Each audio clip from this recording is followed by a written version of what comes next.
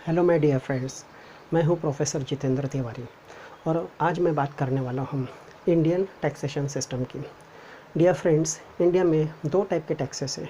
एक है direct tax और दूसरा है indirect tax. Direct tax is a tax which can not be shifted on others. The pair is the real bearer of the tax. Direct tax वो है जो हम लोग किसी और पे शिफ्ट नहीं कर सकते। जो व्यक्ति उसको पे करता है वही उसको बेयर करता है। जैसे कि इनकम टैक्स को डायरेक्ट टैक्स कहते हैं, क्योंकि इनकम टैक्स भरने वाला और उसको सहन करने वाला एक ही व्यक्ति होता है और ये हम लोग डायरेक्टली गवर्नमेंट को दे देते हैं। ऑन द अदर हैंड, दूसरा जो इंडिया में टैक्स है उसको कहते हैं indirect tax. Indirect tax is a tax which can be shifted on others. यह ऐसा टैक्स है जिसकी टैक्स लाइबिलिटी हम किसी और पे शिफ्ट कर सकते हैं और the pair is not the real bearer of the tax. और जो उसको पे करता है ज़रूरी नहीं वो उसको बेयर करे। इंडिया में जो इनडायरेक्ट टैक्स है वो है GST, goods and service tax. मैं बात करने वाला हूँ जीएसटी के बारे में। फ्रेंड्स, जीएसटी इंट्रोड्यूस होने के पहले इंडिया में बहुत सारे टाइप के टैक्सेस थे। जैसे एंट्री टैक्स था, लग्जरी टैक्स था, हमारा वैट था, देन सीएसटी था, उसके पहले सेल्स टैक्स था, देन एंटरटेनमेंट टैक्स था, सर्विस टैक्स था, बहुत सारे टाइप के टैक्सेस थे। गवर्नमेंट ने उनको सबको सम अप करके एक टैक्स बना दिया, गुड्स और service tax. With effect from 1 July 2017 India में जीएसटी इंट्रोड्यूस हुआ। जीएसटी एक गुड्स और सर्विसेज का टैक्स है। जीएसटी के लिए गवर्नमेंट ने एक इम्पॉर्टेंट जो चेंज किया वो है एक डेफिनेशन। गवर्नमेंट ने इसके पहले जो सेल की डेफिनेशन थी उसको चेंज करके उसके जगह सप्लाई की डेफिनेशन डाल दी। मतलब if you are a supplier of goods और services then you are liable for GST. Supplier ये वर्ड आ गया सेल्स के जगह। मतलब आप अगर कोई चीज़ सप्लाई करते हो या सर्विसेज देते हो तो आप जीएसटी के लिए लायबल हो। जीएसटी के लिए रजिस्ट्रेशन होना ज़रूरी है और ये सब ऑनलाइन होता है।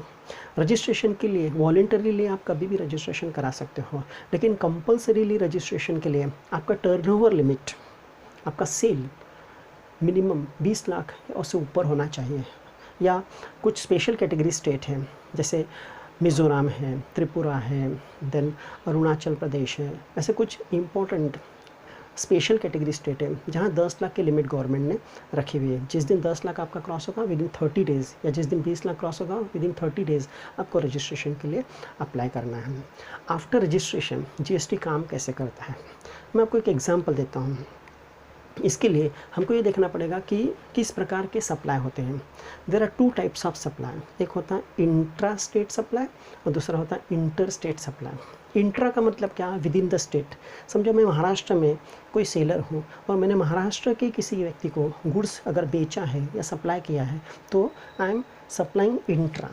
ओके, अगर मैंने महाराष्ट्र से बाहर गुजरात में किसी को कुछ गुड्स सप्लाई किया या सर्विसेज दी हैं तो मैं कौन सा सेलर हो गया, इंटर स्टेट सेलर हो गया। तो दो टाइप के सप्लाई होते हैं, एक होता है इंट्रा और दूसरा होता है इंटर। आपको एक एग्जांपल देता हूँ। समझो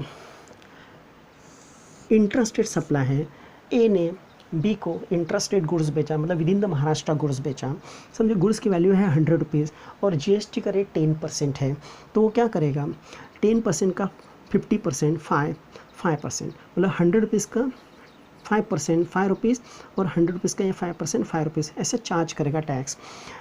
CGST that is central GST और SGST that is state GST.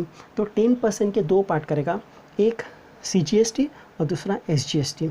तो इस तरीके से ये 5 रुपीज़ जाएगा सेंट्रल गवर्नमेंट को और ये 5 रुपये जाएगा स्टेट गवर्नमेंट को। मतलब 100 रुपीज़ के गुड्स पे जो 10 रुपये टैक्स वसूल हुआ है उसके दो पार्ट हो गए। सेंट्रल गवर्नमेंट के खाते में 5% गया 5 रुपीज़ और स्टेट गवर्नमेंट के अकाउंट में गया 5% 5 रुपये। इस तरीके से 110 रुपये का ये गुड्स बिक गया। समझो यही गुड्स अगर इंटर स्टेट सप्लाई किया होता, मतलब आउट ऑफ स्टेट सप्लाई किया होता, तो 100 रुपीज़ पे IGST इंटीग्रेटेड GST चार्ज हो जाता 10% 10 रुपया, तो 110 का गुड्स हो जाता। देखो दोनों ट्रांजैक्शन में वैल्यू सेम है, प्राइस सेम 110, सिर्फ यहाँ दो पार्ट में जीएसटी चार्ज होता है और यहाँ एक पार्ट में चार्ज होता है। माय डियर फ्रेंड्स, जीएसटी के लिए और एक इम्पॉर्टेंट चीज़ आती है, वो है ITC, input tax credit. ITC क्या है, तो आपने बिज़नेस के लिए जो भी कुछ परचेस किया होगा, ख़रीदा होगा, उस पर जो टैक्स भरा है उसको हम लोग बोलते हैं ITC, the tax paid on purchases. मैं आपको एक एग्जांपल देता हूँ। समझो एक मैन्युफैक्चरर है और बी एक होलसेलर है। ए ने बी को गुड्स बेचा है। समझो गुड्स की कॉस्ट है 90 रुपीज़। अभी ए अपना कुछ प्रॉफिट मार्जिन ऐड करेगा। समझो उसने वैल्यू एडिशन ऐड किया 10 रुपीज़, तो ये गुड्स हो गया 100 रुपये का। 10% अगर जीएसटी है तो 100 रुपीज़ का 10% होता है, 100 रुपीज़ का 10% होता है 10, तो ये गुड्स हो गया 110 में। नाउ बी होलसेलर है, उसने रिटेलर सी को गुड्स बेचा है, तो देखो ये 100 रुपीज़ का गुड्स बी को पड़ा, ये 10 रुपये तो टैक्स था ना। अभी बी भी कुछ वैल्यू एडिशन करेगा, अपना प्रॉफिट ऐड करेगा, तो उसने अपना प्रॉफिट ऐड किया 10 रुपया, तो ये गुड्स हो गया 110 में।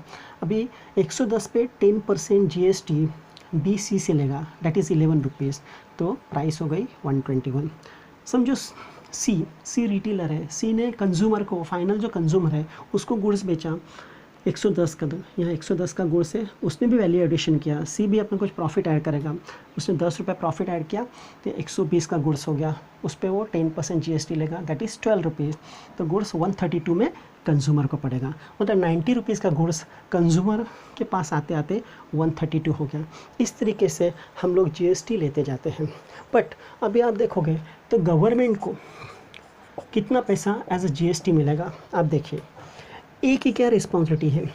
ए ने बी से जो 10 रुपया टैक्स लिया हुआ है वो गवर्नमेंट को उसने देना चाहिए, वो गवर्नमेंट को 10 रुपया दे देगा। ए ने जो बी से टैक्स लिया है वो गवर्नमेंट को देगा।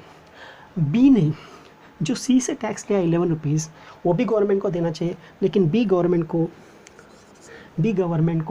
11 रुपीज़ नहीं देगा। बी क्या करेगा, 11 में से ऑलरेडी 10 रुपया जो उसने ए को दिया वो माइनस कर देगा और गवर्नमेंट को 1 रुपया ही देगा। उसका रीज़न मैं आपको बताता हूँ क्यों। अभी सी डी को जब गुड्स बेच रहा है तो उसने 12 रुपीज़ डी से टैक्स वसूल किया है, कलेक्ट किया है, तो सी की क्या रिस्पॉन्सिबिलिटी है कि उसने 12 रुपीज़ गवर्नमेंट को देना चाहिए। लेकिन सी क्या करेगा, 12 रुपीज़ में से जो 11 रुपीज़ ऑलरेडी बी को पे किया हुआ है वो माइनस कर देगा और गवर्नमेंट को सिर्फ 1 रुपया भरेगा। ऐसे गवर्नमेंट को सिर्फ 12 रुपीज़ टैक्स मिलता है। मतलब फाइनल कंज्यूमर जितना टैक्स भरता है उतना ही टैक्स गवर्नमेंट के अकाउंट में आता है। गवर्नमेंट को कुछ भी एक्स्ट्रा यहाँ पैसा नहीं मिल रहा है। अभी बी ने जो 10 रुपीज़ माइनस किया, बी ने 11 में से जो 10 माइनस किया है इसको बोलते हैं आईटीसी। जो 10 रुपीज़ माइनस किया दैट इज़ कॉल्ड आईटीसी। सी ने जो 12 रुपीज़ में से 11 माइनस किया इसको बोलते हैं आईटीसी। जो परचेस पे भरा हुआ टैक्स है वो हम लोग जब माइनस कर देते हैं तो इसको बोलते हैं आईटीसी। तो हर सेलर अपना आईटीसी क्लेम करके छूट सकता है, हर सेलर अपना आईटीसी क्लेम करता है और उसने जो टैक्स पे किया हुआ है वो सामने वाले से फिर से कलेक्ट कर लेता है। इनडायरेक्टली जितना भी टैक्स पे किया है वो माइनस करके बाकी का जो एक्स्ट्रा टैक्स है वो गवर्नमेंट को भर देता है। तो आप देखिए गवर्नमेंट को 12 रुपीज़ ही मिला है, जो फाइनल कंज्यूमर टैक्स भरता है उतना ही टैक्स गवर्नमेंट को मिलता है। अब ये पूरे चेन में आपका रजिस्ट्रेशन होना कंपलसरी है। कंज्यूमर का रजिस्ट्रेशन कभी नहीं रहता है। हम एज अ कंज्यूमर है, हम गुड्स को यूज़ करते हैं, हम जीएसटी में रजिस्ट्रेशन नहीं करते हैं, इसके लिए हमको इसका कोई बेनिफिट नहीं मिलता है। बेनिफिट देखो बी को मिला है, बेनिफिट सी को मिला है, लेकिन बेनिफिट डी को नहीं मिला क्योंकि डी फाइनल कंज्यूमर है। इसके लिए जीएसटी को बोला जाता है it is a consumption based tax, या इसका दूसरा नाम है डेस्टिनेशन बेस्ड टैक्स। जीएसटी एक कंजम्पशन बेस्ड टैक्स है, मतलब जो फाइनल कंज्यूमर है उसको बेयर करता है। इस तरीके से इंडिया में जीएसटी काम करता है। माय डियर फ्रेंड्स, अगर आपको वीडियो पसंद आया होगा तो आप लाइक कीजिए, शेयर कीजिए। Thank you.